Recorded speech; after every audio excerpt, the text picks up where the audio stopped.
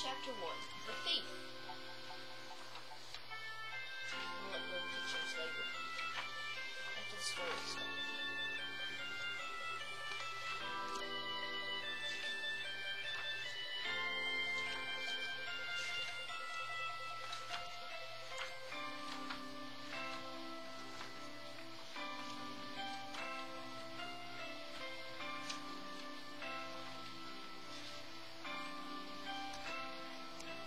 Behind the clock, Hugo could see everything. He rubbed his fingers nervously against the small notebook in his pocket and told himself to be patient. The old man in the toy booth was arguing with a girl. She was about Hugo's age, and he often saw her go into the booth with a book under her arm and disappear behind the counter. The old man looked agitated today. Had he figured out some of his toys were missing? Well, there was nothing to be done about that now. Hugo needed the toys. The old man and the girl argued some more, and she finally closed her book and ran off. Thankfully, within moments, the old man had tossed his arms in front of him and closed his eyes. Hugo crept through the walls, came out through an air vent, and hurried down the hall until he reached the toy booth. Are you asleep? He wrote the notebook one last time and cautiously lowered his hand around the wind-up toy he won. But suddenly there was a movement from inside the booth, and the sleeping man sprang to life. Before Hugo could run, the old man grabbed his arm. A little blue wind-up mouse Hugo had taken fell from his hand, skidded across the counter, and landed on the floor with a crack. "Thief! Thief!" the old man yelled down the empty hallway. "Someone call the station inspector."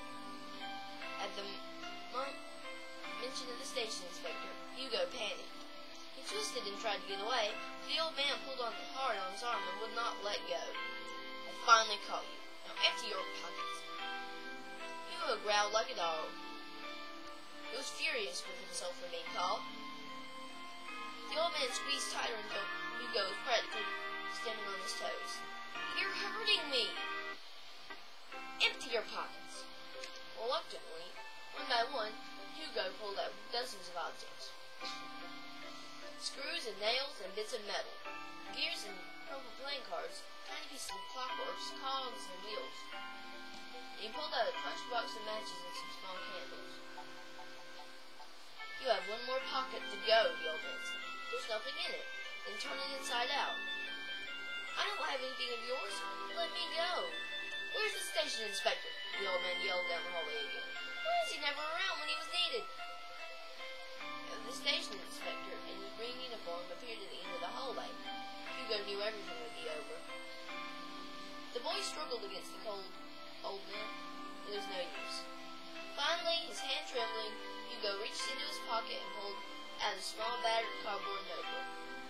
The cover had been rubbed smooth. Still holding on to the boy's arm, the old man snatched the notebook away and set it down in front of out of Hugo's reach. Open it and flip through the pages. One page caught the man's eye.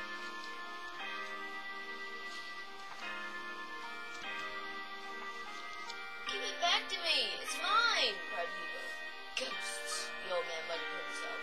"I knew they would find me here eventually." He closed the notebook.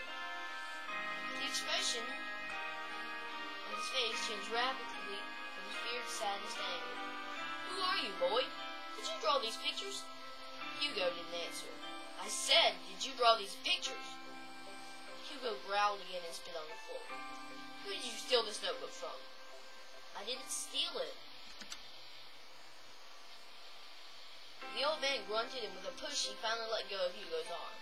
"Leave me alone, then. Stay away from me and my toy book." Hugo rubbed his arm and stepped backwards, accidentally crushing the wind-up mouse he had brought.